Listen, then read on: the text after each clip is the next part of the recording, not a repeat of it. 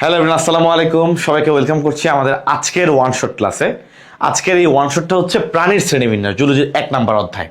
এখন এই অধ্যায়ের ওয়ান শট পড়তে গিয়ে বা এই অধ্যায়ের মেইন ক্লাস করতে গিয়ে সৃজনশীলে অ্যান্সার করার জন্য যে টেকনিক, সেই টেকনিকগুলো অনেকেই খেয়াল রাখে না। অথচ তুমি যদি জাস্ট কিছু কি পয়েন্ট মনে রাখো, তুমি এই অধ্যায় থেকে যে কোনো পর্ব থেকেই প্রশ্ন আসুক তুমি ইনশাল্লাহ ধরতে পারবা, এবং প্রত্যেকটা পর্ব থেকেই তুমি অনেকগুলো পয়েন্ট লিখে দিয়ে আসতে পারবা। আমি ইনশাল্লাহ তোমাকে আজকে ওই টেকনিকে এই অধ্যায়টা পড়াবো। ওকে, সবাই খেয়াল করো। বিসমিল্লাহির রহমানির রহিম। তাহলে এই প্রাণীর শ্রেণীবিন্যাসের এই যে অধ্যায়টা, এর মধ্যে তুমি জানো যে নন কর্ডাটা আছে। নন কর্ডাটার মধ্যে 8টা পর্ব আছে। নন কর্ডাটার মধ্যে এই 8টা পর্বরই সবগুলো ইম্পর্টেন্ট। তবে এই 8টা পর্বের মধ্যে সৃজনশীলে আসে সবচেয়ে বেশি প্লাটিহেলমিনথেস, তার মানে 3 নম্বর পর্ব। সৃজনশীলে আসে এনিলিডা, ক্যাচো যেখানে আছে। সৃজনশীলে এইটা পাশাপাশি নিডারিয়া থেকেও প্রশ্ন হয়, তবে যেহেতু নিডারিয়ার উদাহরণ হলো হাইড্রা, আর এই হাইড্রা হচ্ছে টোটালি একটা আলাদা টপিকে আছে, এই জন্য আমরা ওই টপিকটাকে এখানে ধরি না, তবে প্রশ্ন আসে।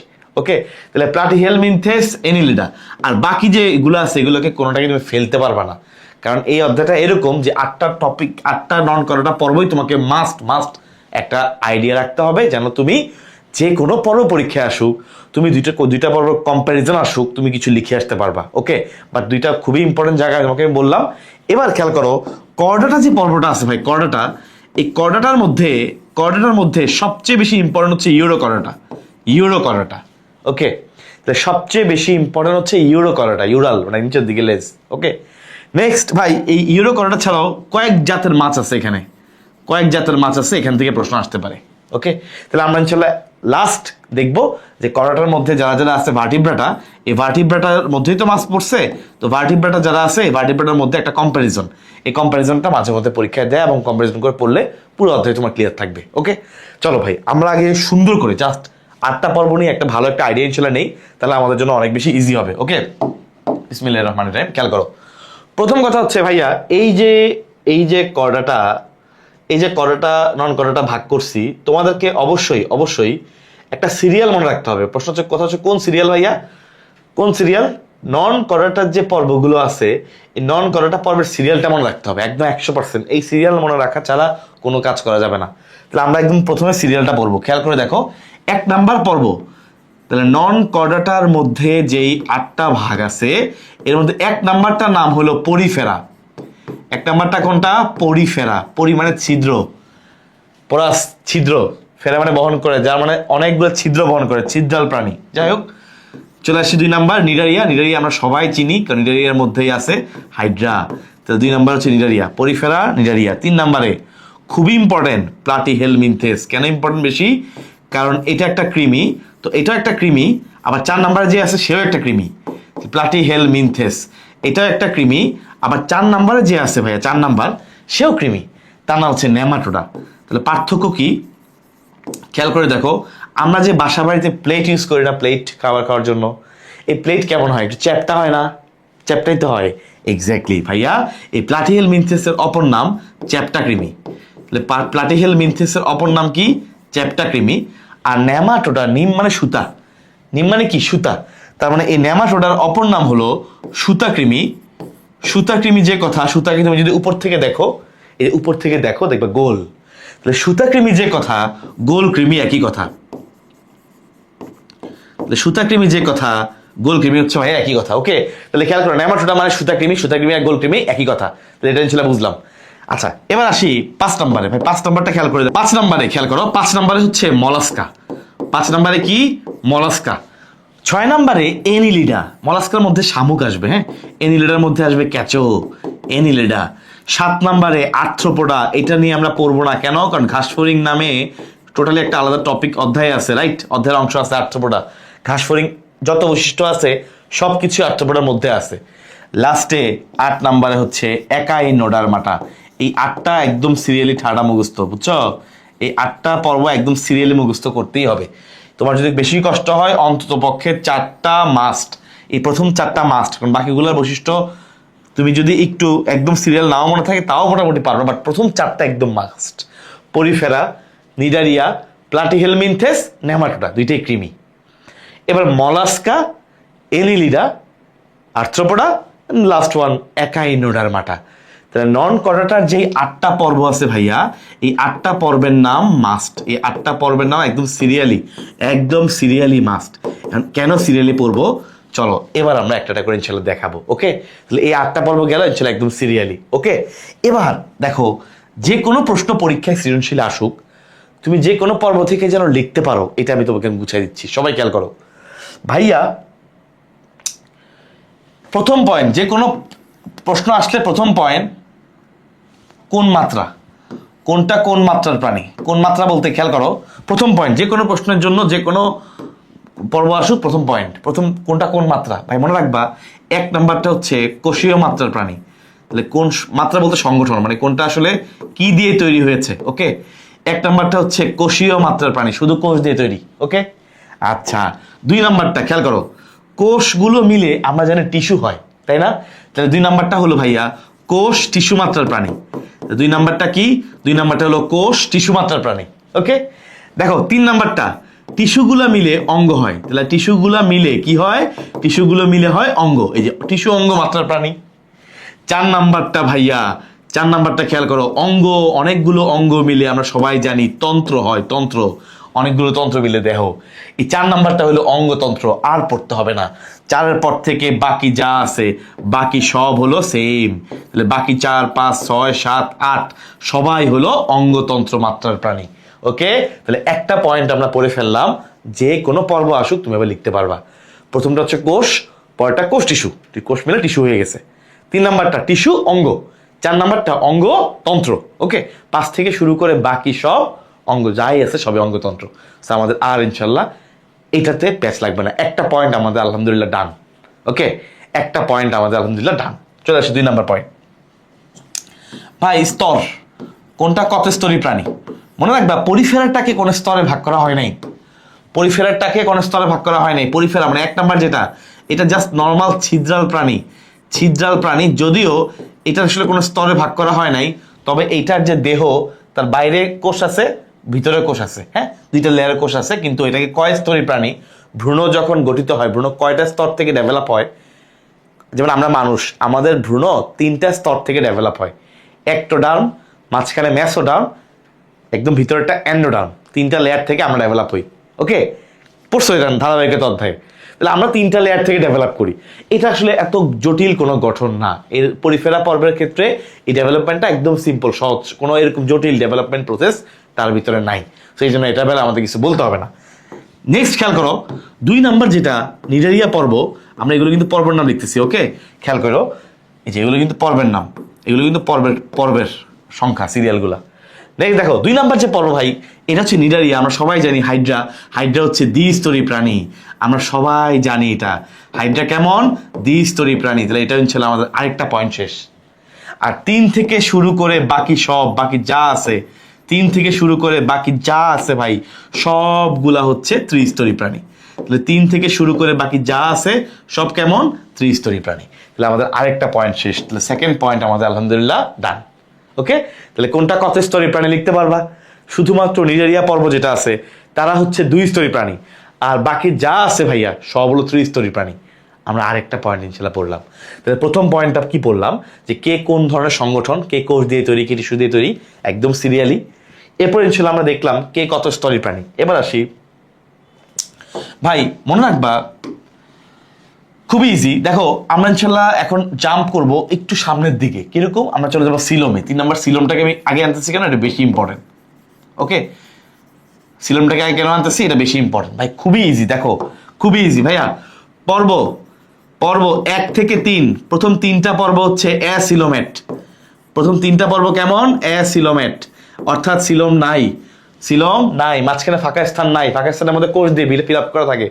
এই সিলোমের মাঝখানে ফাঁকা স্থানগুলো কোষ দিয়ে ফিল আপ করা থাকে, সিলোম নাই, অ্যাসিলোমেট। ওকে, নেক্সট খেয়াল করে দেখো, পর্ব 4 যেটা, এটা হচ্ছে সুডো সিলোমেট। সুডো মানে ছদ্ম, সুডো বা ছদ্ম সিলোমেট। কেন ছদ্ম? কেন? ভিতরে ফাঁকা স্থান আছে ঠিক আছে, তবে এই ফাঁকা স্থানটাকে একটা পেরিটোনিয়ামের পর্দা দিয়ে আবৃত করে থাকা লাগে। নর্মাল সিলোমের নিয়ম হচ্ছে দুইটা, একটা হচ্ছে এই মেসোডার্ম থেকে উদ্ভূত একটা ফাঁকা স্থান, খালি জায়গা, ওকে ফাইন। সেকেন্ড পয়েন্ট হচ্ছে ওই ফাঁকা স্থানটা একটা পেরিটোনিয়ামের পর্দা দিয়ে আবৃত থাকবে। এই দুইটা পয়েন্ট সিলোমের জন্য মাথায় রাখতে হবে। সিলোমের মধ্যে ফাঁকা স্থান, সেকেন্ড পয়েন্ট একটা পেরিটোনিয়ামের পর্দা দিয়ে আবৃত থাকবে। ওকে, এই সুডোসিলোমেটার মধ্যে ফাঁকা স্থান আছে ঠিকই, ফাঁকা স্থান আছে ঠিকই, কিন্তু পেরিটোনিয়ামের পর্দা দিয়ে আবৃত করা নাই, পেরিটোনিয়ামের পর্দা দিয়ে আবৃত করা নাই। ওকে, এই জন্য এটাকে বলে সুডোসিলোমেট বা ছদ্মসিলোমেট। আর অ্যান্ড দ্য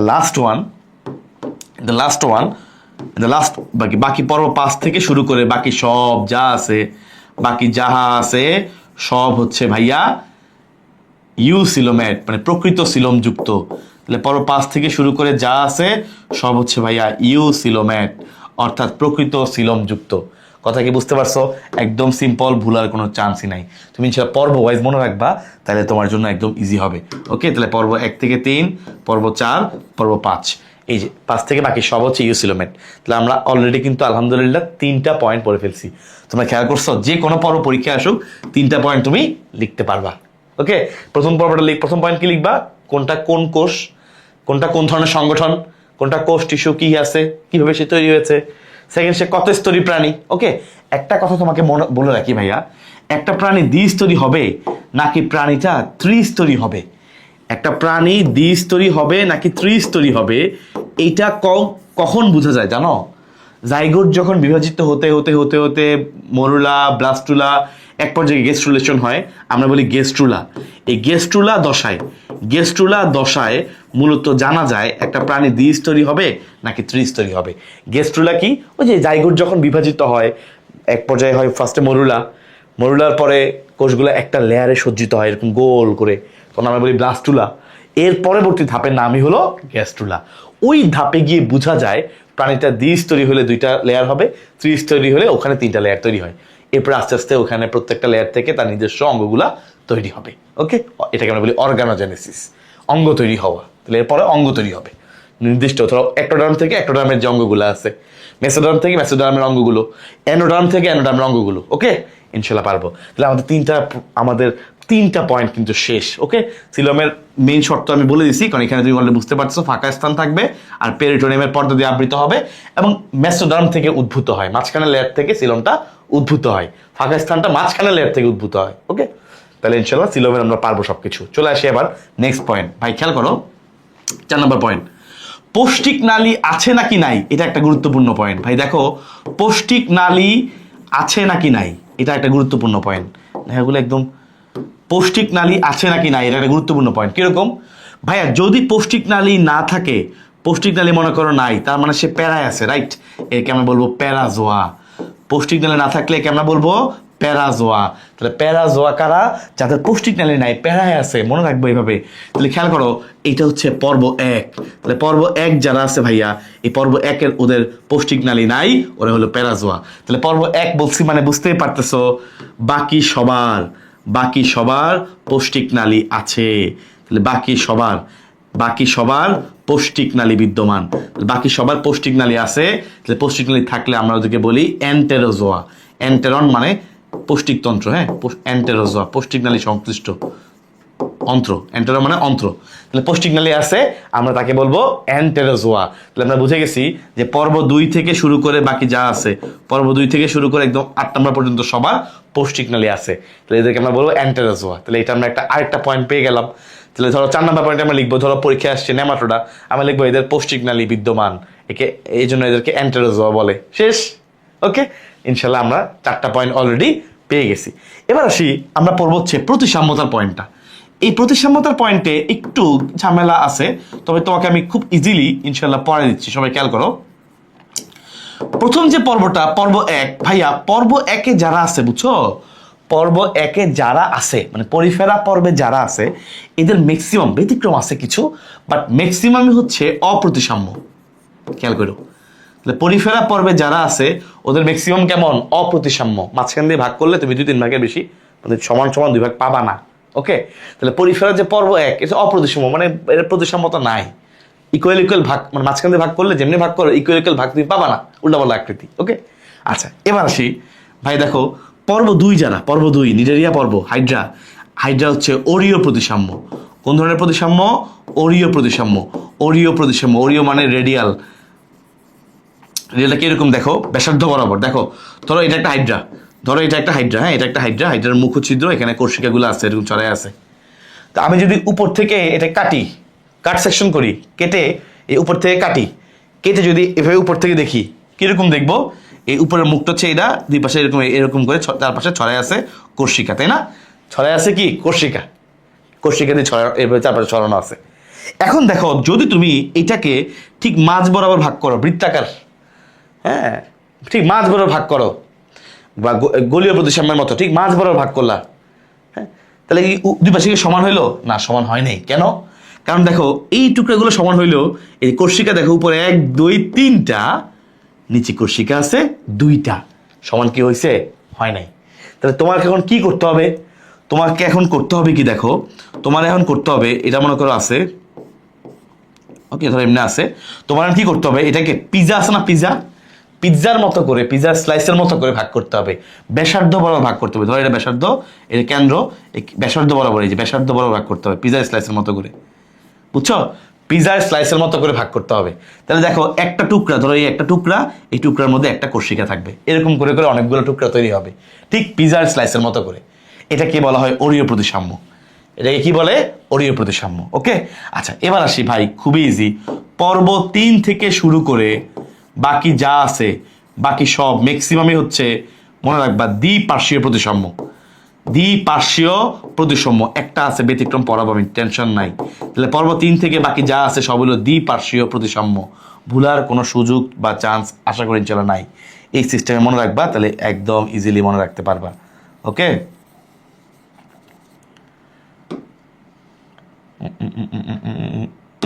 ওকে, তাহলে পর্ব 3 থেকে বাকি যারা আছে সবাই হচ্ছে দ্বিপার্শ্বীয় প্রতিসাম্য। এখন একটা জায়গা খালি একটু আলাদা, ব্যতিক্রম ধর্মী, সেটা কোনটা খেয়াল করো।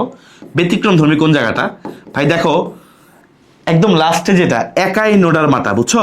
একাই নোডার মাটা কন্টক ত্বক প্রাণী, একাইনোস মানে কাটা, ডালমা মানে ত্বক, ত্বকের মধ্যে কাটা আছে। যেমন স্টারফিশ, এই যে স্টারফিশ, এভাবে আমরা আঁকি, তাই না?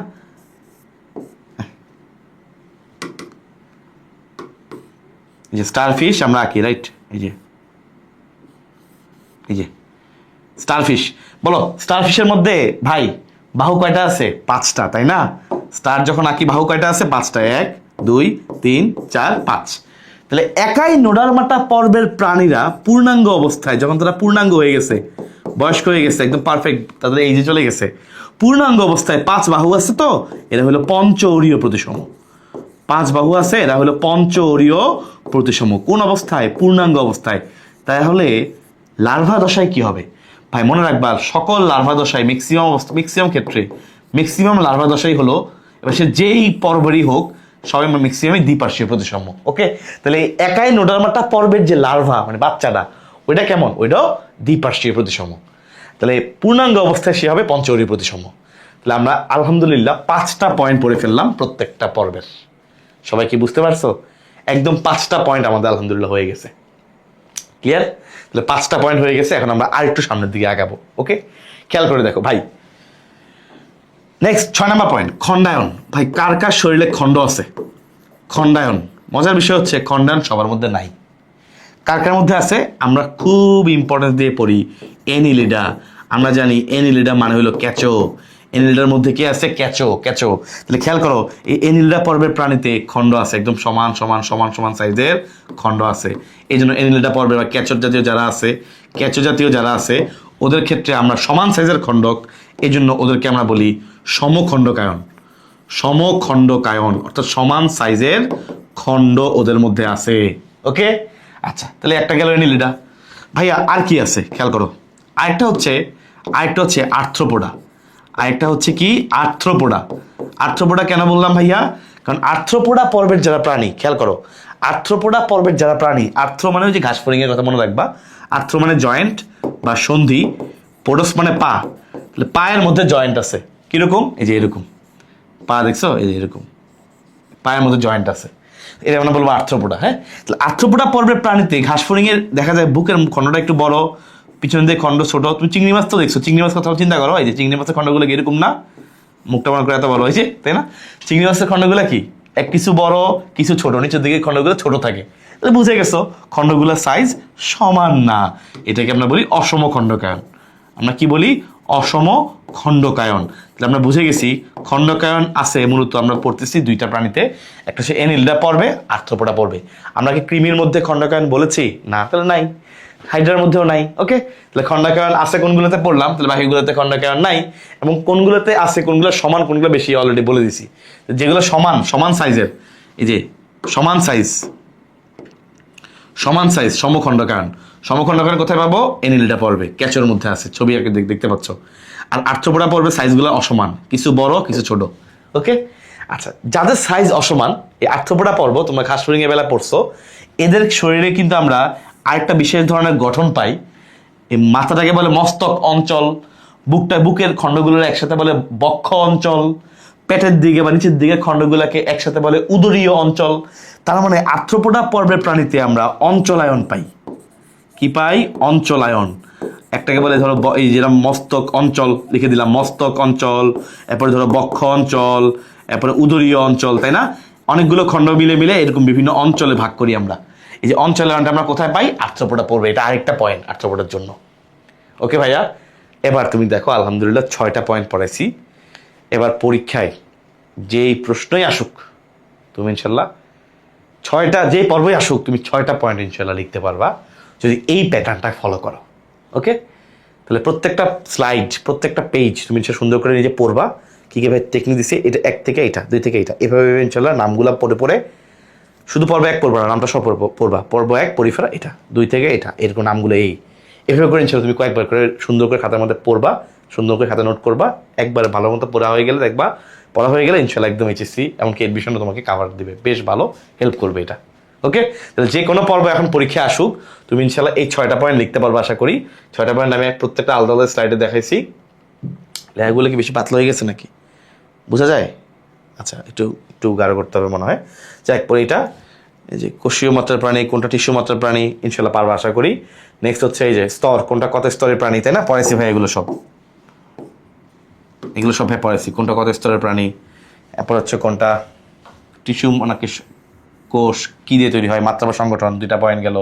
3 নম্বর হচ্ছে সিলোমের কি অবস্থা, তাই না? সিলোমের কি অবস্থা পড়াইছি। এরপর হচ্ছে এই যে পৌষ্টিক নালীর কি অবস্থা, এটা একটা পয়েন্ট। পৌষ্টিক নালী আছে নাকি নাই, পর্ব 1 বা পরিফেরা পর্বের হচ্ছে নাই, বাকি সবার আছে, বাকি সবার আছে বা বিদ্যমান। ওকে, তাদেরকে আমরা বলি এন্টেরোজোয়া। কি বলি?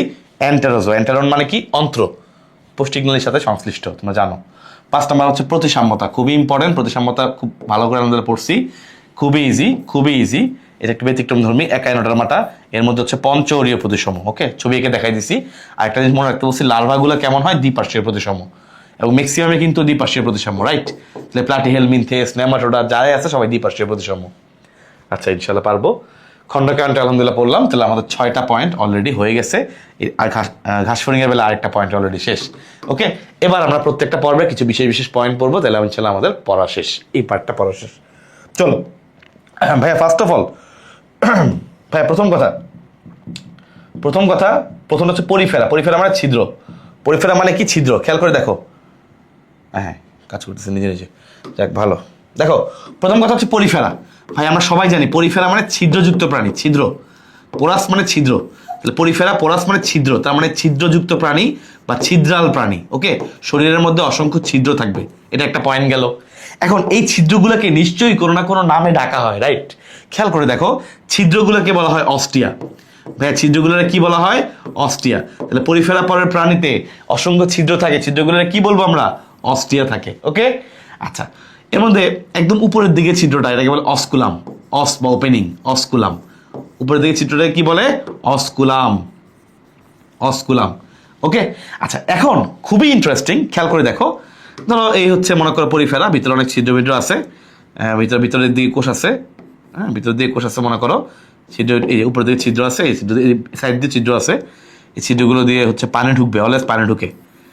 আরে খেয়াল করো, এই যে ধরো এখানে ছিদ্র আছে, এই ছিদ্র দিয়ে পানি ঢুকতেছে, খেয়াল করো, এই ছিদ্র দিয়ে আমি কালার করে দিচ্ছি, একদম ছিদ্রের মতো হয়ে গেছে, এরকম ছিদ্র আছে, ছিদ্র দিয়ে পানি ঢুকে, ওকে, এরকম ছিদ্র দিয়ে পানি ঢুকে, ওকে, খেয়াল করো। এই যে আমি ছিদ্রটা করতেছি, সবাই কি খেয়াল করতেছো? এই ছিদ্রটা দেখতে কিন্তু লম্বা নালীর মতো হয়ে গেছে না? নালীর মতো হয়ে গেছে না, একটা নালীর মতো। এক্স্যাক্টলি ভাইয়া, খুবই ইম্পর্টেন্ট। এই ছিদ্রগুলো দেখছো নালীর মতো একটা গঠন তৈরি করছে, নালী দিয়ে মনে হয় পানি ঢুকতেছে। এইটাকে বলা হয় বৈশিষ্ট্যপূর্ণ নালীতন্ত্র।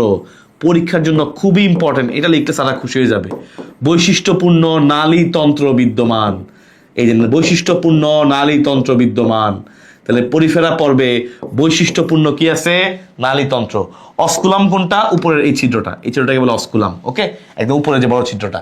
তাহলে এই যে নালীগুলো, ছিদ্রগুলো একটু নালীর মতো গঠন তৈরি করছে, বৈশিষ্ট্যপূর্ণ নালীতন্ত্র, ওকে, ভেরি মাচ ইম্পর্টেন্ট এটা, কারণ প্যাচ লাগে অনেকে এটা দাগায় বিশেষ ধরনের পানি প্রবাহতন্ত্র না, পানি প্রবাহতন্ত্র না, নালীতন্ত্র। পানিটা চলে যাবে একাই নোডারমাটার মধ্যে, লাস্টেরটার মধ্যে, ওকে। প্রথমটা হচ্ছে নালীতন্ত্র, পরেরটা বিশেষ ধরনের পানি প্রবাহতন্ত্র, 8 নাম্বারটা। ফার্স্টেরটা নালী, লাস্টেরটা পানি প্রবাহতন্ত্র। এই দুইটা জায়গায় হচ্ছে সবাই কনফিউশনের মধ্যে পড়ে যায়। আশা করি ইনশাল্লাহ তুমি পড়বে না। এখন দেখো, ভিতরের মধ্যে পানি বের করে দেওয়ার জন্য ভিতরে একটা বিশেষ ধরনের ফানেল আকৃতির কোষ থাকে, এর মধ্যে একটা ফ্লাজেলা লাগানো থাকে, ওকে। এই বিশেষ ধরনের কোষটাকে বলা হয় কোয়ানোসাইট। বিশেষ ধরনের কোষকে বলে কোয়ানোসাইট। এই কোয়ানোসাইটের মধ্যে একটা ফ্লাজেলা লাগানো থাকে, তো এই ভিতর থেকে ওরা পানিটাকে এরকম এরকম করে ঠেলে ধাক্কা দেয়, ওকে। তাহলে ধাক্কা দিলে তখন পানিগুলো এই দিকে বের হয়, এই সব দিয়ে ঢুকে এরা এই দিকে বের হয়। তাহলে কোয়ানোসাইট থাকে ভিতরের লেয়ারে, ওকে। তাহলে আমরা আলহামদুলিল্লাহ পরিফেরার মধ্যে অনেকগুলো জিনিস পড়ে ফেলছি, পরিফেরার পর্বের মধ্যে আমরা অনেকগুলো জিনিস পড়ে ফেলছি, ওকে। তাহলে ছিদ্রাল প্রাণী, ছিদ্রগুলোকে বলে অস্টিয়া। একদম উপরের দিকে যে বড় ছিদ্রটা, ওপেনিংটা, এটাকে বলে অস্কুলাম। এর মধ্যে কি থাকে? নালীর মতো গঠন, আমরা বলি বৈশিষ্ট্যপূর্ণ নালীতন্ত্র, এদিক দিয়ে পানি ঢুকবে, ওকে ফাইন, বাট খেয়াল রাখবা নালীতন্ত্র। আর ভিতরের দিকে এই ফ্লাজেলা যুক্ত একটা ফানেল আকৃতির কোষ থাকে, আমরা একে বলি কোয়ানোসাইট। কি বলি? কোয়ানোসাইট। একদম লাস্ট মনে রাখবা, এই যে পরিফেরা ছিদ্র প্রাণী, তোমরা একটা মিষ্টির নাম বলো, ছিদ্র আছে এরকম, মানে অনেক ছিদ্র, ধরলে চাপ দিলে পানি সব বের হয়ে যায়, স্পঞ্জের মিষ্টি, তাই না? চাপ দিলে মনে হয় সব পানি বের হয়ে গেছে। তাহলে এই যে স্পঞ্জ, স্পঞ্জ দিয়ে যত শব্দ আছে সব তুমি পাবা পরিফেরার মধ্যে। কিরকম? এই যে মাঝখানে যে খালি গহ্বরটা, খালি যে গহ্বরটা, এই গহ্বরটাকে বলে স্পঞ্জসিল। এই গহ্বরটাকে বলা হয় স্পঞ্জসিল। সিল মানে গহ্বর, সিল শব্দ অর্থ কি? গহ্বর। সিল শব্দ অর্থ হচ্ছে গহ্বর, তাহলে এই গহ্বরটাকে বলা হয় স্পঞ্জসিল। সিল শব্দের অর্থ হচ্ছে গহ্বর, এই গহ্বরটাকে আমি বলবো স্পঞ্জসিল, ওকে। তাহলে ভিতরে যে গহ্বর আছে আমরা বলবো স্পঞ্জসিল। এরপর কিছু কাটা থাকে, কাটাকে স্পিকিউল বলে। ওটা মনে না থাকলে এত প্যারা নিয়ে লাভ নাই, যদি মনে থাকলে ইনশাল্লাহ ভালো, না থাকলে কোনো প্যারা নাই। স্পাইক কাটা, সেখান থেকে আসে স্পিকিউল, কোনো প্যারা নাই, ছোট ছোট কাটা, ওকে, কোনো টেনশন নাই। তুমি অলরেডি 6টা পয়েন্ট ওখানে পারো, দেখো তুমি অলরেডি এটা 6টা পয়েন্ট ওখানে আলহামদুলিল্লাহ পারো, প্রথমবার শিখে ফেলছো। এবার নেক্সট তুমি এখানে একটা পয়েন্ট, এটার মধ্যে রাখলাম 2টা পয়েন্ট, 3টা পয়েন্ট, 4টা পয়েন্ট, 5টা পয়েন্ট, 11টা পয়েন্ট। কয়টা পয়েন্ট লিখতে হয়? কয়টা লিখতে হয় বলো? এত লিখতে হয়? লিখতে হয় না। 8টা পয়েন্ট লিখলে ইনশাল্লাহ অনেক ভালো, এর চেয়ে বেশি লেখা লাগে না, ইউজুয়াল ঘটনা আর কি, এর চেয়ে বেশি কেউ মনে রাখতে পারে না। তুমি যদি এগুলো পারো অনেক। চলো সে নিডারিয়া। ভাই নিডারিয়া নিয়ে আমার বলার কিছু নাই, কেন জানো? কারণ নিডারিয়ার মধ্যে আছে বস হাইড্রা। নিডারিয়ার মধ্যে আছে বস হাইড্রা। এখন হাইড্রার যে বৈশিষ্ট্যগুলো আছে, এটা হাইড্রা অধ্যয়ন তোমরা পড়ছো, সকল বৈশিষ্ট্য এখানে চলে আসবে, শেষ। হাইড্রার মধ্যে আমি 2-1টা এক্সট্রা করে অ্যাড করি, 6টা পয়েন্ট আমাদের আগেই আছে, রাইট? এখানে 2-1টা এক্সট্রা করে অ্যাড করি। এই যে হাইড্রার মধ্যে তোমরা পড়ছো না যে হাইড্রার মধ্যে কোষিকা আছে, হাইড্রার মধ্যে একটা স্পেশাল কোষ আছে, আমরা এটাকে বলি নিডোসাইট, তাই না? নিডোসাইট নামে একটা স্পেশাল কোষ আছে। এই নিডোসাইট কোষের মধ্যে থাকে নেমাটোসিস্ট, এগুলোর মধ্যে বিষ থাকে, এগুলো দিয়ে সে শিকারকে বিদ্ধ করে। পড়ছো না? পড়ছো তো? আচ্ছা, নেক্সট হচ্ছে আমরা পড়েছি হাইড্রার মধ্যে একটা স্পেশাল, যে হাইড্রার যে এই মাথা থেকে এই মাথা লম্বা একটা গহ্বর আছে, এই গহ্বরটাকে বলা হয় গ্যাস্ট্রোভাস্কুলার ক্যাভিটি। গ্যাস্ট্রো মানে পরিপাক, ভাস্কুলার মানে পরিবহন, পরিপাক এবং পরিবহন এই এক লাইন দিয়ে হয়, ওর তো লাইন আর নাই, এই একটা লম্বা লাইন দিয়েই পরিপাক হয়, পরিবহন হয়। গ্যাস্ট্রো মানে পরিপাক সংশ্লিষ্ট, ভাস্কুলার মানে পরিবহন। গ্যাস্ট্রোভাস্কুলার ক্যাভিটি বা গ্যাস্ট্রোভাস্কুলার গহ্বর, বাংলা হচ্ছে গ্যাস্ট্রোভাস্কুলার গহ্বর, মানে ইংলিশে আর কি, বাংলিশ হয়ে গেছে, পরিপাক সংবহন গহ্বর। এটারই আরেকটা নাম হচ্ছে সিলেন্টারন। এটার আরেকটা নাম কি? সিলেন্টারন। খুবই ইম্পর্টেন্ট, তুমি হাইড্রাবেলা পড়েছো। হাইড্রার বেলায় পড়েছো। ওকে, তো হাইড্রার যাবতীয় যত বৈশিষ্ট্য আছে, কোর্সিকা দিয়ে শিকারকে আবদ্ধ করে, সে পানিতে, সে মূলত স্বাদু পানির, হ্যাঁ, জেলিফিশ যারা আছে, জেলিফিশ হচ্ছে মোটামুটি সামুদ্রিক, তো দুইটা মিক্স হইতে পারে। তো এরকম তুমি ইনশাল্লাহ লিখতে পারো ভাই। ইরানে হাইড্রা নিয়ে বা রিডারিয়া পর্ব নিয়ে তোমার লিখার জায়গা অভাব হবে না। তুমি এটাও জানো হাইড্রা যে দ্বিস্তরী, এই দ্বিস্তরী বা দুইটা যে লেয়ার, এই দুইটা লেয়ারের মাঝে তিনটা লেয়ার কেন না, কারণ দুইটা ধর এটা একটা লেয়ার, আবার ধর এটা একটা লেয়ার, দুই লেয়ারের মাঝখানে কোনো কোষ থাকে না, জেলির মতো পদার্থ থাকে, আমরা এটাকে বলি মেসোগ্লিয়া, তাই না? তুমি জানো হাইড্রার দুই লেয়ারের মাঝে কি আছে? মেসোগ্লিয়া আছে। তোমাদের অলরেডি আলহামদুলিল্লাহ আরেকটা পয়েন্ট শেষ। তো ইনশাল্লাহ তুমি হাইড্রা নিয়ে ইচ্ছা মতো লিখতে পারবা। 6টা পয়েন্ট আমি তোমাকে ধরাই দিছি। তো নিডারিয়া পর্বের প্রাণী যারা আছে ওদেরকে বলা হয় সমুদ্রের ফুল। ওরা সমুদ্রের মধ্যে রেইন ফরেস্ট তৈরি করে, এটাকে বলে সমুদ্রের ফুল, প্রবাল প্রাচীর তৈরি করে। তো অনেক ভূমিকা ওদের। আচ্ছা, চলে আসে ইনশাল্লাহ পরেরটায়। প্লাটিহেলমিনথেস এবং নেমাটোডা একসাথে বলবো, খেয়াল করো। প্লাটিহেলমিনথেস এবং নেমাটোডা আমরা একসাথে বলবো। একসাথে বললে ইজিলি আমরা অনেকগুলো পয়েন্ট বের করতে পারবো। প্রথম কথা হচ্ছে দুজনেরই 6টা করে পয়েন্ট, আলহামদুলিল্লাহ ডান। 6 পয়েন্ট বাংলিশ হয়ে গেছে। 6টা করে পয়েন্ট, আলহামদুলিল্লাহ ডান। এটা আমরা আগেই শেষ। এখন মনে রাখবা দুইটাই কিন্তু কৃমি। দুইজনের কমন বৈশিষ্ট্য হচ্ছে যে কোনো কৃমি, কতে কৃমি করতে কিউটিকল, যে কোনো কৃমির উপরে কিউটিকলের আবরণ দিয়ে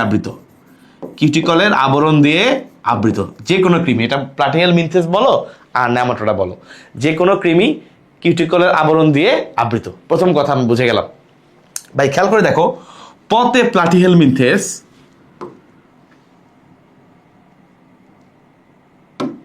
আচ্ছা প্লাটিহেলমিনথেস পরে আসছে, দেখো খেয়াল করে দেখো। প্লাটিহেলমিনথেস সদে মনে রাখবা, খুবই ইম্পর্টেন্ট। প্লাটিহেলমিনথেসের যে রেচন অঙ্গ, এই রেচন অঙ্গকে বলা হয় শিখাকোষ। খুবই ইম্পর্টেন্ট। প্লাটিহেলমিনথেসের রেচন অঙ্গকে বলা হয় শিখাকোষ। এটা পরীক্ষার জন্য, এমসিকিউর জন্য 100% ইম্পর্টেন্ট। তাহলে প্লাটিহেলমিনথেসের রেচন অঙ্গকে কি বলে? প্লাটিহেলমিনথেসের রেচন অঙ্গকে বলা হয় শিখাকোষ। খুবই ইম্পর্টেন্ট। এই আগুনের শিখার মতো এরকম করে, হ্যাঁ, এরকম ফ্লেম সেলের মতো এরকম থাকে। তাহলে প্লাটিহেলমিনথেসের রেচন অঙ্গ হচ্ছে, শিখা ছবি আঁকবা আর কি, যদি আঁকতে হয় ইচ্ছা করে, শিখাকোষ। তাহলে খুবই ইম্পর্টেন্ট। প্লাটিহেলমিনথেসের রেচন অঙ্গ কোনটা? প্লাটিহেলমিনথেসের রেচন অঙ্গ হচ্ছে শিখাকোষ। খুবই ইম্পর্টেন্ট। ওকে, নেক্সট, এদের দুজনেরই একটা কমন বৈশিষ্ট্য আছে। আরেকটা কমন বৈশিষ্ট্য খেয়াল করো, একটা হচ্ছে কিউটিকুলার আবরণ। আরেকটা কমন বৈশিষ্ট্য, জুলজির যে অধ্যায় 4, কোনটা? জুলজির অধ্যায় 4 কোনটা? রক্ত সংবহন তন্ত্র, তাই না? ওকে, অধ্যায় 4। আর জুলজির অধ্যায় 5 কোনটা? শ্বসন তন্ত্র। এই অধ্যায় 4 এবং অধ্যায় 5 ওদের নাই। এটা এভাবে মনে রাখলে ইজিলি মনে থাকবে। তাহলে ওদের রক্ত সংবহন তন্ত্রও নাই, শ্বসন তন্ত্রও নাই। ওকে, আচ্ছা এবার আসি আমরা ভাই। প্লাটিহেলমিনথেস সে হচ্ছে মূলত উভলিঙ্গ। সে কেমন? লিখলে বেশি হয়ে যাবে। সে হচ্ছে উভলিঙ্গ। প্লাটিহেলমিনথেস হচ্ছে উভলিঙ্গ, অর্থাৎ এক বডিতে মেল ফিমেল দুইটা অর্গান। নেমাটোডা হচ্ছে একটু উন্নত, সে হচ্ছে এক লিঙ্গ, অর্থাৎ ছেলে মেয়ে আলাদা। ওকে, এই যে ছেলে মেয়ে আলাদা, এটাকে বলে যৌন দ্বিরূপতা। ওকে, তাহলে আমাদের আলহামদুলিল্লাহ আরো কয়েকটা পয়েন্ট হয়ে গেছে। কয়টা পয়েন্ট লাগে? কি অনেক পয়েন্ট লাগে? অনেক? কত? অনেক বলতে কতটুকু? কোন লেভেলে গিয়ে থামতে চাও বলো?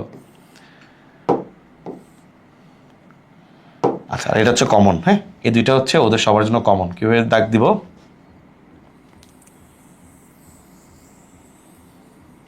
এই দুইটা হচ্ছে ওদের জন্য কমন বৈশিষ্ট্য। ক্রিমিনাল একটা কমন বৈশিষ্ট্য। কিউটিকুলার আবরণ দিয়ে আবৃত।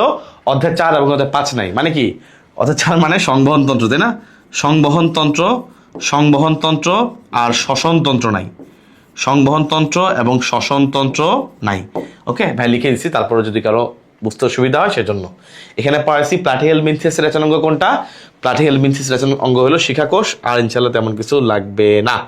ওকে, মোটামুটি আলহামদুলিল্লাহ হয়ে গেছে। আমরা চলে আসি পরেরটায়। হচ্ছে মলাস্কা বা কম্বোজ প্রাণী। খেয়াল করে দেখো, এরপরে হচ্ছে 5 নম্বরে মলাস্কার বেলায় কিছু ইম্পর্টেন্ট শব্দ আছে এক্সট্রা করে। 6টা বড় পয়েন্ট তোমরা পারবোই। নেক্সট কিছু ইম্পর্টেন্ট শব্দ খেয়াল করো। ফার্স্ট অফ অল, মতে মলাস্কা, মতে মেন্টল।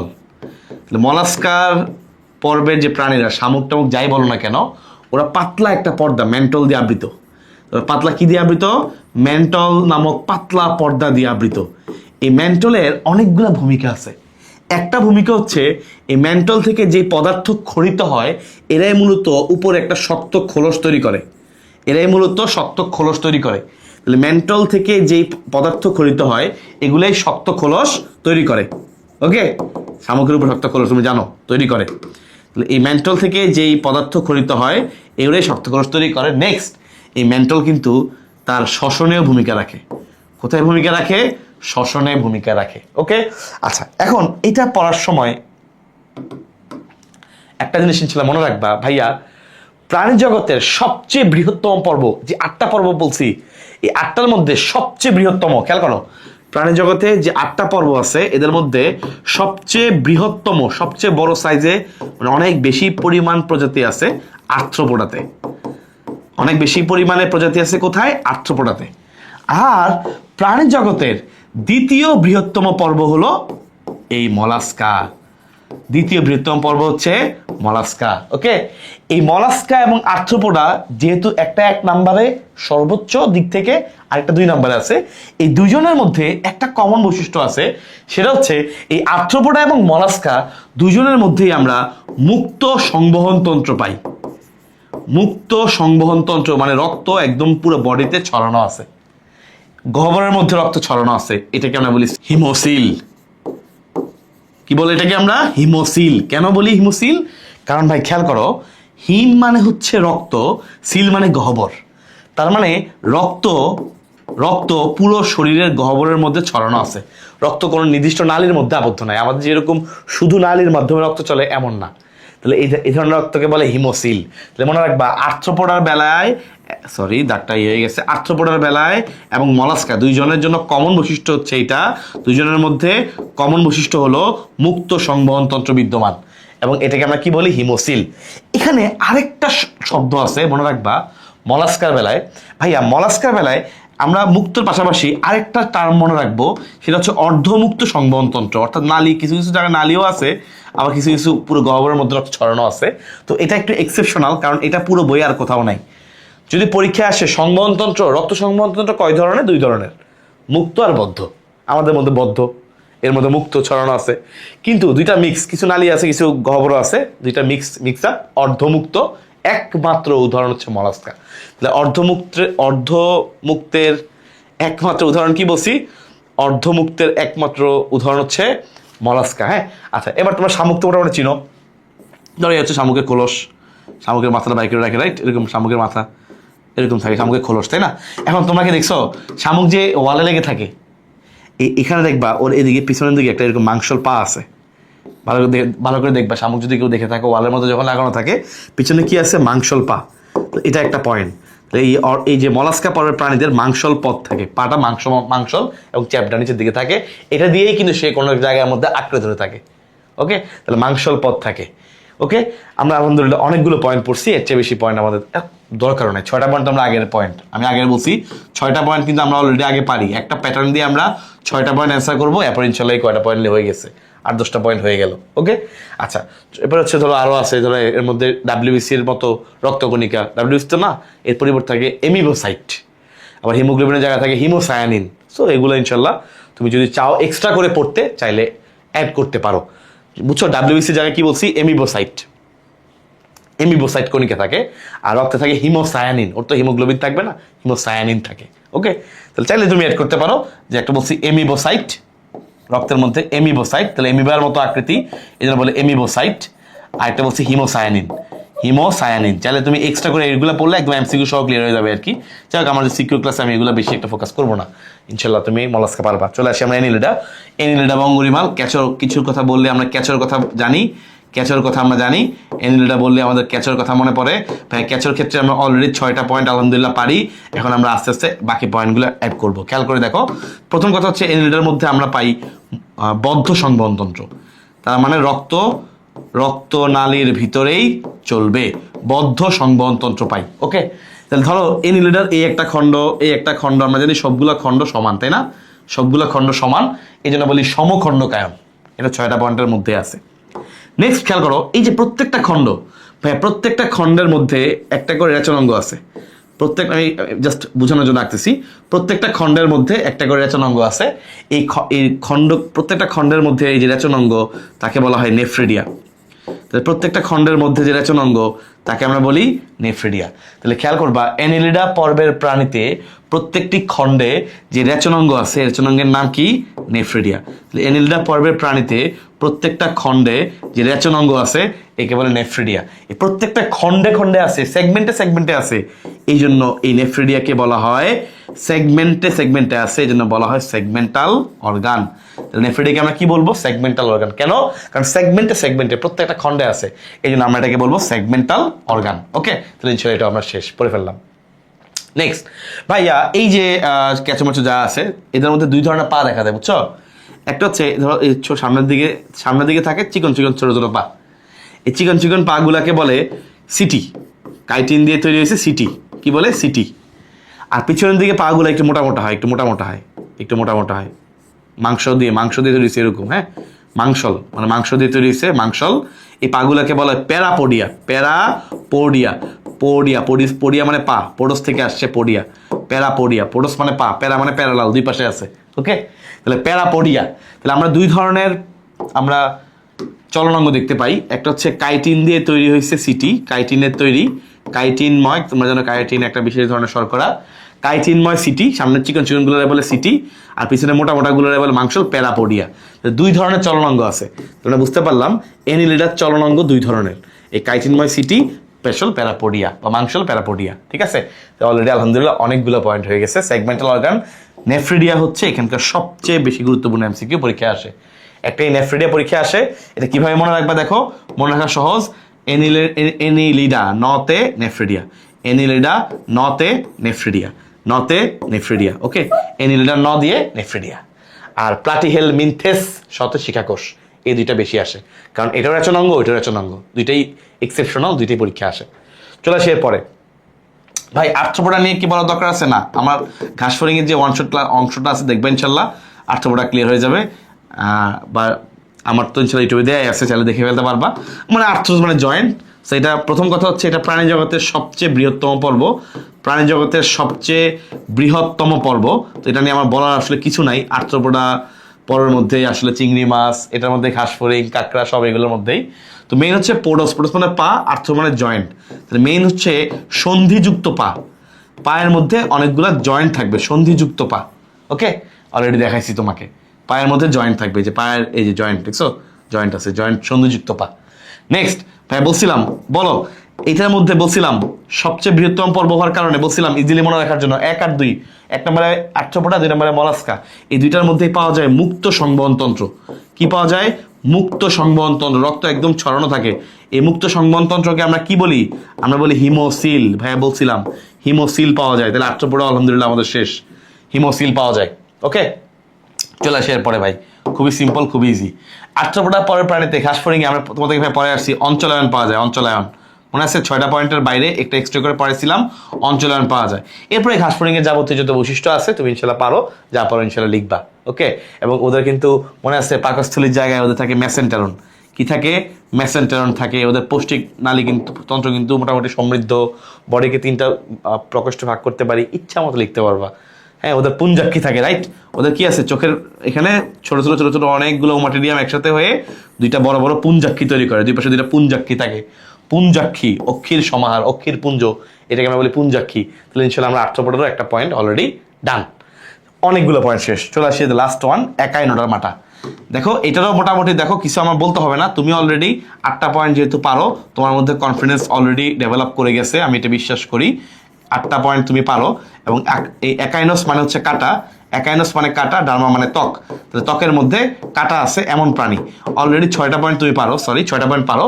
এবং বাকি পয়েন্টগুলো খেয়াল করো। ফার্স্ট অফ অল তোমাকে বলছিলাম এটার মধ্যে পাওয়া যায় বিশেষ ধরনের পানি সংবহন তন্ত্র, বলছিলাম তোমাকে, এটা এক্সেপশনালি মনে রাখবা। পরিফেরা পর্বে পাওয়া যায়, 1 নম্বরে পাওয়া যায় নালীতন্ত্র, আর এখানে হচ্ছে পানি সংবহন তন্ত্র। এটা কিন্তু অবশ্যই তোমাকে চলে খেয়াল রাখতে হবে। হ্যাঁ, আর এটার প্রতিসমতাটা একটু আলাদা। খেয়াল করে দেখো, এই যে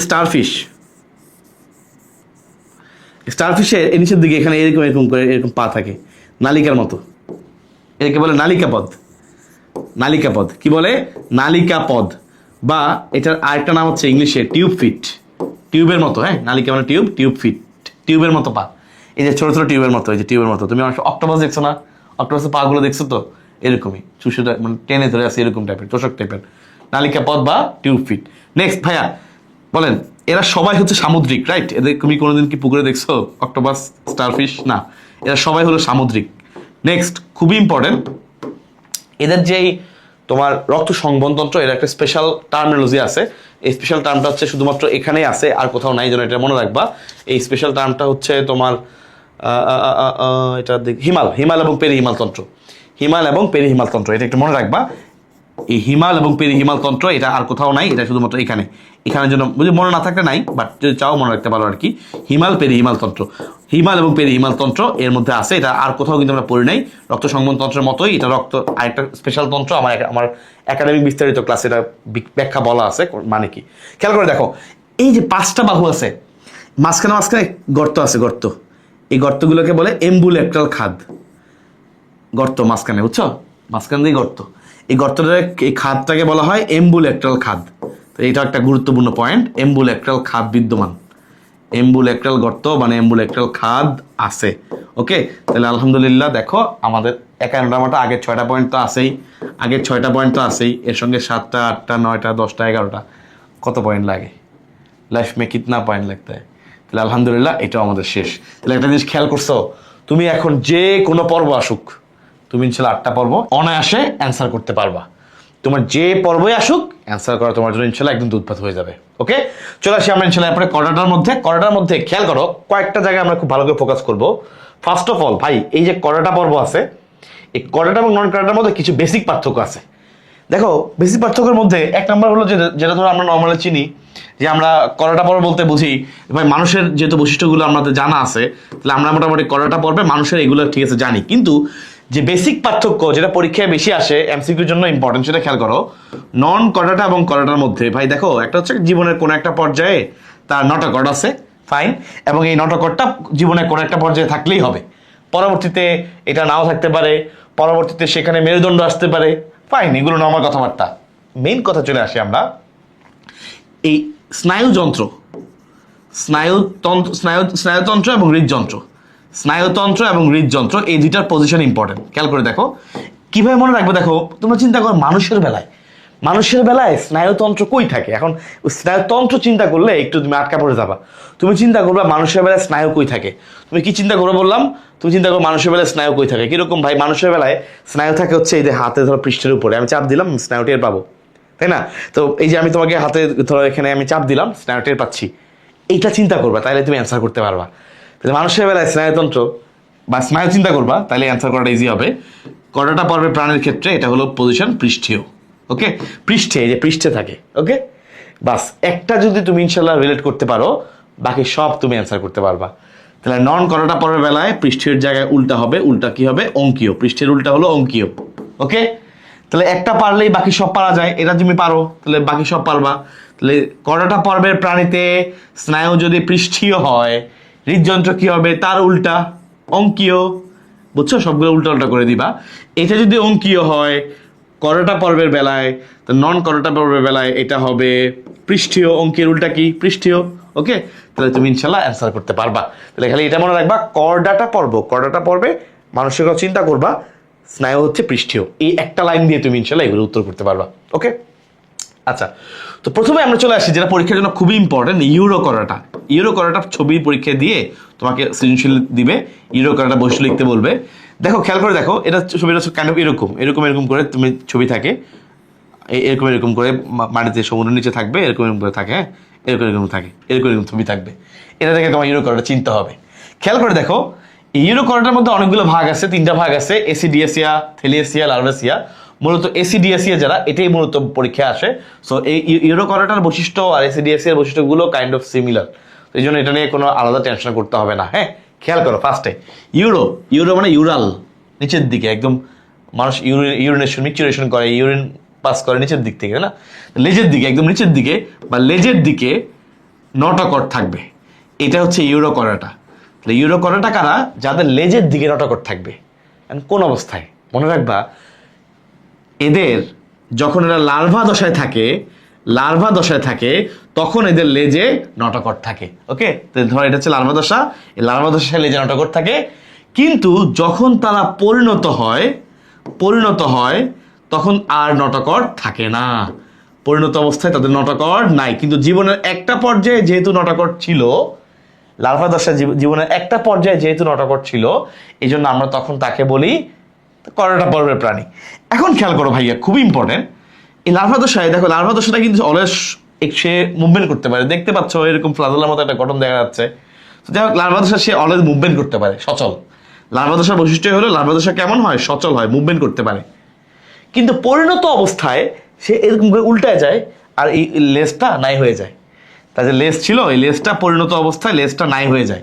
তাহলে পরিণত অবস্থায় তার লেজ থাকে না। তাহলে পরিণত অবস্থায় নটকটও নাই, পরিণত অবস্থায় লেজও নাই। লেজ না থাকার কারণে সে আর চলতে পারে না, সে হয়ে যায় নিশ্চল। খেয়াল করে দেখো ভাইয়া, আগে ছিল সচল, যখন পরিণত হইলো সে হয়ে গেছে নিশ্চল। আরে মানুষ তো পরিণত হলে তার মধ্যে ভালো বৈশিষ্ট্য তৈরি হয়। শুরুতে সে বাচ্চা অবস্থা অনেক কিছু বুঝে না, আস্তে আস্তে ভালো বৈশিষ্ট্য আসে। এটা তো উল্টা হইলো, সে শুরুতে ভালো ছিল, খারাপ হয়ে গেল। এই যে উল্টা একটা বিপরীত একটা রূপান্তর ঘটলো, এটাকেই বলা হয়, এই ঘটনাটাকে বলা হয় প্রতীপ রূপান্তর। এই যে বিপরীত ধরনের রূপান্তর ঘটছে, এই বিপরীত ধরনের রূপান্তরকে আমরা কি বলি, প্রতীপ রূপান্তর। ওকে, তাহলে বিপরীত ধরনের এই যে রূপান্তরটা ঘটলো, এটাকে বলে প্রতীপ রূপান্তর। ওকে, তাহলে মনে রাখবা, ইউরোকরাটার মধ্যে স্পেশালি এসিডিয়াসিয়ার মধ্যে, এগুলো সব এসিডিয়াসিয়ার উদাহরণ, এসিডিয়াসিয়া। তাহলে এসিডিয়াসিয়ার মধ্যে আমরা প্রতীপ রূপান্তর দেখতে পাই। কি ধরনের রূপান্তর দেখতে পাই, প্রতীপ রূপান্তর। অর্থাৎ পরিণত অবস্থায় এদের নটকট তো থাকেই না, লেজও থাকে না, এই জন্য নিশ্চল হয়ে পড়ে। লেজ না থাকলে তো আর চলতে পারবে না, খুবই সিম্পল। আচ্ছা, নেক্সট, এদের বেলায় সব উল্টা উল্টা। উল্টা উল্টা কিরকম, আমরা জানি পেরিস্টালসিস হয়, আমাদের কি হয়, পেরিস্টালসিস মানে উপর থেকে সংকোচন প্রসারণের মাধ্যমে খাবার দাবার নিচের দিকে যায়। এর বেলা সবই উল্টা। এখানে দেখছি একবার রূপান্তর হয়েছে উল্টা, এই পেরিস্টালসিসটাও উল্টা, এটাকে আমরা বলি রিভার্স পেরিস্টালসিস। তাহলে এর বেলায় আমরা আরেকটা শব্দ তোমাকে বললাম, রিভার্স পেরিস্টালসিস। এর বেলায় কি হয়, রিভার্স পেরিস্টালসিস হয়। ওকে, আচ্ছা, এবার দেখো এই এসিডিএসির এগুলো আকৃতি কেমন, নলের মতো না? এক্স্যাক্টলি। তাহলে এরা হচ্ছে আকৃতি কেমন, নলাকার, এবং এরা ভিতর থেকে পানি বাইরে বের করে দেয়, ওই যে ঝর্ণার মতো করে পানি বের করে দেয়। এই জন্য ওদেরকে বলে সাগর ফোয়ারা। এই জন্য ওদেরকে কি বলে, সাগর ফোয়ারা। দেখো অনেকগুলো পয়েন্ট লেখায় ফেলছি, এই জন্য ওদেরকে বলা হয় সাগর ফোয়ারা। ওকে, এরা সাইফোনের মতো করে, এভাবে লিখবা, সাইফোনের মতো করে পানি বাইরে উচ্চারিত করে দেয়, ঝর্ণার মতো পানি বের করে দেয়, এই জন্য বলা হয় সাগর ফোয়ারা। ওকে, নেক্সট খেয়াল করে দেখো ভাইয়া, যেহেতু সারাদিন থাকে পানির নিচে, পানির মধ্যে থাকে, তো গায়ের উপরে একটা পিচ্ছিল একটা আবরণ পড়ে, পিচ্ছিল আবরণ। এই পিচ্ছিল যে আবরণ, এটা হচ্ছে টিউনিসিন নামক পদার্থ দিয়ে তৈরি, একটা পিচ্ছিল ধরনের শর্করা, টিউনিসিন নামক পদার্থ দিয়ে তৈরি একটা আবরণ। টিউনিসিন নামক পদার্থ দিয়ে টিউনিকেটা বা টিউনিক নামে ওদের একটা আবরণ তৈরি হয়, একটা পিচ্ছিল আবরণ। এই পিচ্ছিল আবরণ দিয়ে সে আবৃত থাকে। তো অলরেডি দেখো ভাইয়া, এখানে একটা পয়েন্ট, এখানে একটা পয়েন্ট, 2টা 3টা 4টা 5টা 6টা 7টা 8টা, অলরেডি আলহামদুলিল্লাহ 8টার মতো পয়েন্ট হয়ে গেছে। ওকে, আর এই যে যেহেতু জীবদ্দশায় নটকট ছিল, দ্যাট ইজ ওয়াই আমরা এটাকে বলি ইউরোকরাটা। তাহলে আমাদের আলহামদুলিল্লাহ এই ইউরোকরাটা থেকে কিন্তু অলরেডি অনেকগুলো পয়েন্ট পড়া শেষ, খুব বেশি লাগে না, আমি আগেও তোমাকে বলছি, বাট এটা পরীক্ষার জন্য খুবই ইম্পর্টেন্ট। ঠিক আছে, এই যে তাদের যে দেহের এসিডিএসিয়া যারা আছে, ওদের যে দেহের আবরণটা, এটা স্থায়ী হয়, মোটামুটি অনেক দিন ধরে স্থায়ী থাকে আবরণটা। আবরণটা স্থায়ী হয়, এই আবরণটা পুরু থাকে, মোটা থাকে, এবং মোটা হওয়ার কারণে একটু অর্ধস্বচ্ছ, একটু হালকা হালকা ক্লিয়ার। হ্যাঁ, এই হচ্ছে তার আবরণের বৈশিষ্ট্য এসিডিএসির বেলায়। সেলেস্টিয়াল আর্মিসি তেমন একটা পরীক্ষা আসে না, তো আমরা ইনশাল্লাহ এটা ভালো করে পড়বো, এটা সিকিউর জন্য খুবই ইম্পর্টেন্ট। ওকে, তাহলে আমাদের আলহামদুলিল্লাহ এটা পড়া হয়ে গেল। এখন আমরা ভার্টিব্রেটের মধ্যে 3 ধরনের মাছ আছে, 3 ধরনের মাছ আমরা পড়বো। ফার্স্ট হচ্ছে কনরিকথিস। কনরিকথিস মানে হচ্ছে, খেয়াল করো, ফার্স্ট হচ্ছে কনরিকথিস। কনরিকথিস মানে হচ্ছে, কনরিন শব্দের অর্থ হলো তরুণাস্থি। কনরিন শব্দের অর্থ কি, তরুণাস্থি। তাহলে এই মাছগুলোর মধ্যে কি আছে, তরুণাস্থি আছে, তরুণাস্থিময় মাছ, যেমন হাঙ্গর। ওকে, আচ্ছা, তো এইটা আমরা একটা ছন্দ দিয়ে মনে রাখবো, তাইলে আমাদের ইনশাল্লাহ লং টাইম মনে থাকবে। খেয়াল করো ছন্দটা কিরকম, তরুণ প্লেয়ার হেঁটে একটা ইয়াং প্লেয়ার, বুঝছো, সে হেঁটে গেছে। কেন হেঁটে গেছে, তরুণ প্লেয়ার হেঁটে 5 থেকে 7 জোড়া ফুল আনলো। তরুণ প্লেয়ার হেঁটে 5 থেকে 7 জোড়া ফুল আনলো। তাহলে একটা ইয়াং প্লেয়ার, তরুণ প্লেয়ার, সে হেঁটে গেল, কেন হেঁটে গেছে, 5 থেকে 7 জোড়া ফুল আনার জন্য। খেয়াল করে দেখো ভাইয়া, খুবই ইজি, তরুণ প্রাণে তরুণাস্থিময় মাছ, প্লেয়ার মানে এদের আইস হলো প্ল্যাকোয়েড ধরনের। আইস কেমন? আইস হচ্ছে প্ল্যাকোয়েড ধরনের। ওকে, তাহলে আইস কেমন? আইস হচ্ছে প্ল্যাকোয়েড ধরনের। তরুণাস্থিময় মাছের আইস কেমন? প্ল্যাকোয়েড ধরনের। তরুণ প্লেয়ার হেঁটে কোথায় গেছে? 5 থেকে 7 জোড়া ফুল আনতে গেছে। তরুণ প্লেয়ার হেঁটে কোথায় গেছে? 5 থেকে 7 জোড়া ফুল আনতে গেছে। তরুণ প্লেয়ার মানে প্ল্যাকোয়েড। ভাইয়া হেঁটে মানে হ্যাটারো সার্কেল। হেঁটে মানে হ্যাটারো সার্কেল। লেজটা কেমন? Hetero circle. হ্যাটারো সার্কেল কিরকম আমার একাডেমিক ক্লাসে আছে, তারপর একটু বলে দিলাম। এই যে মাঝখান দিয়ে ভাগ করে দুই পাশে 2 টুকরা সমান না, এক পা বেশি এক পা ছোট। ওকে, 5 থেকে 7 জোড়া ফুলকা রন্ধ্র। শেষ। এই হচ্ছে তরুণাস্থিময় মাছের গুরুত্বপূর্ণ বৈশিষ্ট্যগুলো। এইটা পারলে সুবিধা কি? এই ছন্দটা পারলে এই এমসিকিউ গুলো ইনশাল্লাহ পারবা, এটা নিয়ে কোনো ডাউট নাই। সুবিধা হচ্ছে ভাইয়া এইটা যদি তুমি পারো তখন তুমি অটোমেটিক্যালি এইটার উল্টা হচ্ছে অস্থিময় মাছ। তাহলে অস্থিময় মাছ বা ওই যে আমরা অস্থিময় মাছ তো বলি না, আমরা বলি রশ্মিময় পাখনা বিশিষ্ট মাছ, রুই মাছ। আমরা বলি একটিনোপটেরিজি, অর্থাৎ রশ্মিময় পাখনা বিশিষ্ট মাছ। পাখনার মধ্যে রশ্মি আছে, এই যে পাখনার মধ্যে পাখনা আঁকি, পাখনার মধ্যে রশ্মি আছে, এরকম রশ্মি আছে। ওকে, এই অস্থিময় মাছগুলো হচ্ছে এদের উল্টা। তাহলে এখানে তো একবার আইস লিখছি, আছে, যাক খেয়াল করো। তাহলে দেখো ওই একটিনোপটেরিজি কি হবে? এইটার উল্টা। এটা যদি তরুণাস্থিময় হয় তাহলে রশ্মিময় পাখনা যাদের আছে ওরা কেমন হবে? এরা হবে অস্থিময়। 1 নাম্বার। এদের আইস কেমন হবে? প্ল্যাকয়েডের জায়গায় হবে রুই মাছের আইস। তো মনে আছে তোমাদের রুই মাছের আইস সাইক্লয়েড বা টিনয়েড। সাইক্লয়েড বা টিনয়েড হয়, তোমরা সবাই জানো রুই মাছের আইস হচ্ছে সাইক্লয়েড ধরনের। ওকে, আচ্ছা, লেস কেমন হবে? হোমো সার্কেল উল্টা। এই হেটারো সার্কেলের জায়গায় লেস কেমন হবে? Homo circle. হোমো সার্কেল কিরকম? এই যে 2 পাশ সমান, মাঝখান দিয়ে ভাগ করলে 2 পাশ সমান। রুই মাছের লেস যেরকম দেখছো 2 পাশ সমান, এরকম হোমো সার্কেল। ওকে, আচ্ছা, লাস্ট ফুলকা হচ্ছে 4 জোড়া। 4 জোড়া ফুলকা। এই হচ্ছে অস্থিময় মাছের বৈশিষ্ট্য। তাহলে আমি একটু অস্থিময় মাছ বৈশিষ্ট্যগুলোকে মার্ক করে দেই, সবাই খেয়াল করো। এই হচ্ছে অস্থিময় মাছ, এর আইস হচ্ছে সাইক্লয়েড ধরনের, এটাই মেইনলি, সাথে টিনয়েড আছে। লেস কেমন? লেস হচ্ছে হোমো সার্কেল। ফুলকা হচ্ছে 4 জোড়া। এই হচ্ছে অস্থিময় মাছের বা একটিনোপটেরিজির বৈশিষ্ট্য। ঠিক আছে, আমি ইনশাল্লাহ তোমার সুবিধার জন্য এভাবে করে দিলাম। ওকে, তাহলে আশা করি সবাই ইনশাল্লাহ পারবা, এটা ভুল করার কোনো সুযোগই নাই। হেটারো সার্কেল হচ্ছে লেজের নাম। হেটারো সার্কেল লেজ, পিছনে যে লেজটা থাকে লেজের কথা, বুঝছো? তাহলে ইনশাল্লাহ সবাই পারবা। তরুণাস্থিময় মাছ মানে হাঙ্গর এই বৈশিষ্ট্যগুলো শেষ, অস্থিময় মাছের বৈশিষ্ট্য শেষ। লাস্ট সার্কোপটেরিজি মাছ। তাহলে মাছের কাহিনী শেষ, এরপর আমরা লাস্ট একটু দেখবো সার্কোপটেরিজি। ভাই খেয়াল করো, সার্কোপটেরিজি এটা মনে রাখবো কি হবে? এটা হচ্ছে পিণ্ডাকার পাখনা হচ্ছে পিণ্ড আকৃতির, এই জন্য এদেরকে আলাদা করে রাখা হয় সার্কোপটেরিজি। এর বাংলা অর্থ হলো পিণ্ড আকৃতির পাখনা বিশিষ্ট মাছ। এখন এত কিছু যদি মনে না থাকে ছন্দ মনে রাখবা ইনশাল্লাহ, তাহলে ইজিলি পারবা। সার্কাসে ডাইনি অস্থির গান গায়। সার্কাসে ডাইনি কেমন গান গায়? ভাইয়া সার্কাসে ডাইনি অস্থির গান গায়, একদম ইজি। সার্কাসে ডাইনি কেমন গান গায়? অস্থির গান গায়। খেয়াল করে দেখো, সার্কাসে মানে সার্কোপটেরিজি, ডাইনি মানে লেজ হচ্ছে ডাইফি সার্কেল। লেজ কেমন? DYFI circle. লেজ হচ্ছে ডাইফি সার্কেল। অস্থির মানে অস্থিময়, তাহলে হাড্ডি কেমন? অস্থি নাকি তরুণাস্থি? অস্থি দিয়ে তৈরি হয়েছে। লেজ কেমন? DYFI circle. গান মানে গ্যানয়েড। তাহলে আইস কেমন? গ্যানয়েড ধরনের আইস। বাস, এই ছন্দ অবশ্যই 2 বা 3 বার পড়লে তোমার মুখস্থ হয়ে যাবে। মুখস্থ করার পরে খাতায় লিখবা যে কোনটা মানে কি, তখন তোমার এটা আরো ভালো মনে থাকবে।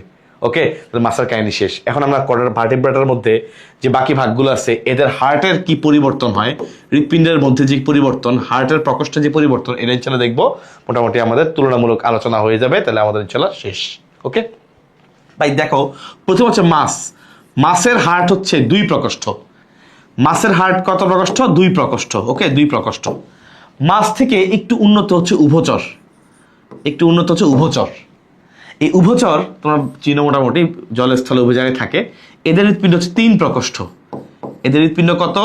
3 প্রকোষ্ঠ। উভচরের চেয়ে আরেকটু উন্নত হচ্ছে সরীসৃপ, সাপ তোমরা চিনো। সরীসৃপের হৃৎপিণ্ড হচ্ছে 4 প্রকোষ্ঠ। 4 ইংলিশে লিখি 4, এই যে 4 প্রকোষ্ঠ, নাহলে আবার বাংলায় কেউ 8 প্রকোষ্ঠ ভাবতে পারো। 4 প্রকোষ্ঠ। তবে একটা ব্যতিক্রম আছে, এটা এমসিকিউতে আসে। ব্যতিক্রম হচ্ছে, এক্সেপশন হচ্ছে, 4 না, আংশিক 4 প্রকোষ্ঠ, নট 4, আংশিক 4, মানে পুরোপুরি 4 হয় না এখনো, পুরোপুরি ক্ল্যারিফাই 4টা প্রকোষ্ঠ হয় না, আংশিক 4 প্রকোষ্ঠ। ব্যতিক্রম যেটা, এটা মনে রাখবা, এটা সম্পূর্ণ 4 প্রকোষ্ঠ বিশিষ্ট কুমির। কুমিরের বেলায় হৃৎপিণ্ডের সম্পূর্ণ 4 প্রকোষ্ঠ থাকে, মানে বাকিগুলো তো আংশিক 4 প্রকোষ্ঠ, অসম্পূর্ণ 4 প্রকোষ্ঠ, এগুলো সম্পূর্ণ 4। তাহলে ফার্স্টে মাছ হলো 2 প্রকোষ্ঠ, এট্রিয়াম একটা, ভেন্ট্রিকল একটা। উভচরের বেলায় 3 প্রকোষ্ঠ, সরীসৃপ আংশিক 4 প্রকোষ্ঠ। আর পাখি এবং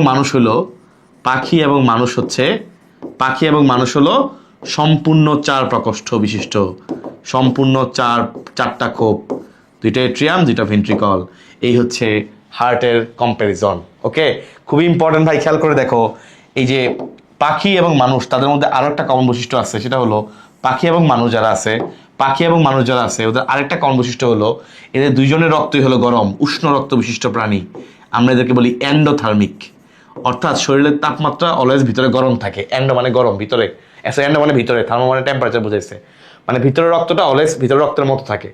ধরো আজকে বাইরে বরফ পড়তেছে, ভিতরে রক্ত বরফ হয়ে যাবে না, ভিতরে রক্ত মানুষেরটা গরম গরমই থাকে, 36 থেকে 38 পয়েন্ট সামথিং, আর অ্যাভারেজ 37.2, এটা মানুষের গড় তাপমাত্রা, এত ডিগ্রি সেলসিয়াস। এবার শীতকালে তোমার বাইরের টেম্পারেচার যদি 20 ডিগ্রি সেলসিয়াস থাকে, রক্ত গরমই থাকবে। এটাকে বলে এন্ডোথার্মিক, সমস্ত শোণিত, ভিতরে রক্তের উষ্ণতা ফিক্সড। আর এগুলা টেম্পারেচার পরিবেশের সাথে উঠানামা করে, এগুলাকে বলা হয় অ্যাক্টোথার্মিক।